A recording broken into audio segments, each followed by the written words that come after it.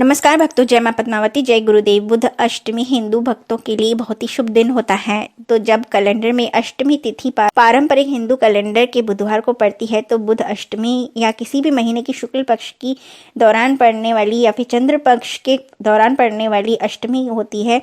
इस दिन भक्त पूरी श्रद्धा और समर्पण के साथ भगवान शिव और देवी पार्वती की पूजा करते हैं।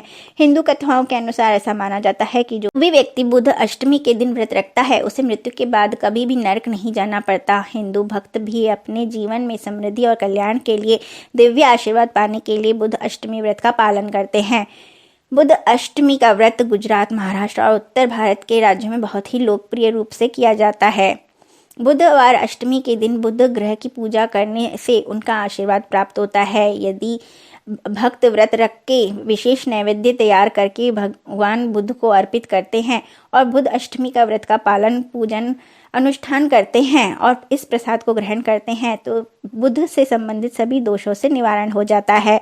भक्त भगवान बुध की मूर्ति या सोने या चांदी के सिक्के पर अंकित उसके चित्र की पूजा करते हैं। पूजा स्थल पर जल से भरा एक कलश रखा जाता है, उस पर बिना छिला हरा नारियल रखा जाता है। फिर कई अनुष्ठान किए जाते हैं।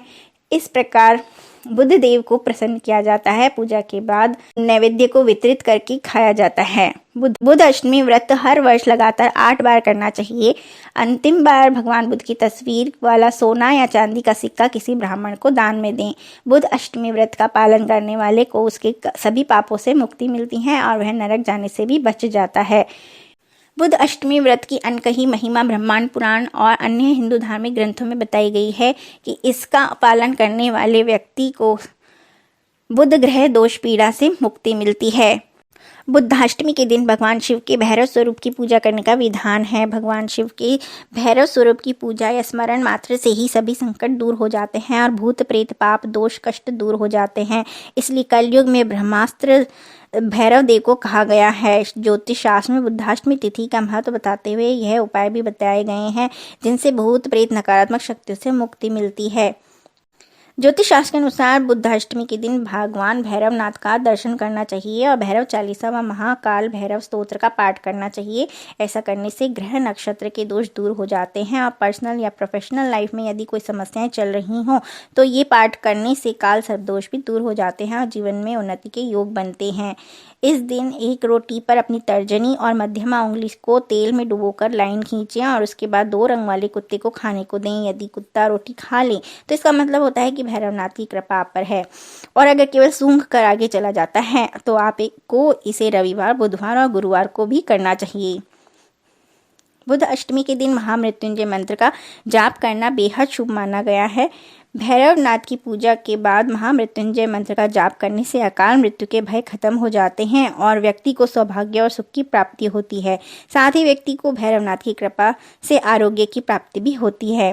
इस दिन उड़द की दाल का दान करना चाहिए या फिर आप उड़द दाल के पकौड़े बनाकर गरीबों व ज़रूरतमंद को दे सकते हैं। साथ ही कुछ पकौड़े कुत्ते को भी खाने को दें, परंतु पलटकर ना देखें, सीधे चले आएँ। ऐसे करने से कभी भी धन धान्य की कमी नहीं होती और नकारात्मक शक्तियाँ भी दूर होती हैं।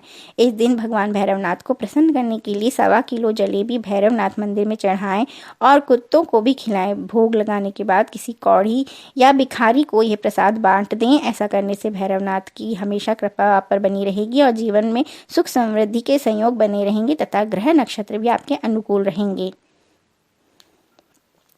इस दिन 100 ग्राम काले तिल, 125 ग्राम उड़द दाल, 1.25 रुपया या 11.25 रुपये को 1.25 मीटर काले कपड़े में बांधें।